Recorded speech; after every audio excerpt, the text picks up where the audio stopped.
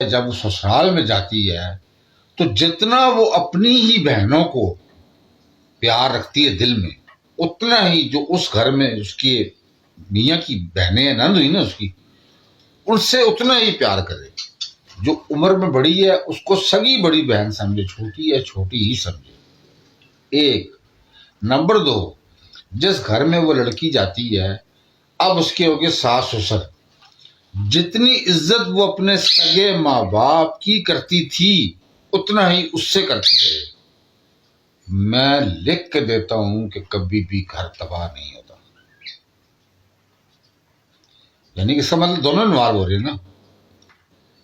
لڑکے والے وہ جو نندے ہیں اس آنے والی لڑکی کے، وہ جیسے آپس میں بہنیں بات کرتی ہیں نا، اس کو بھابھی کہیں ضرور، لیکن ذہن اور دل کے اندر گن نہ ہو، میل نہ ہو.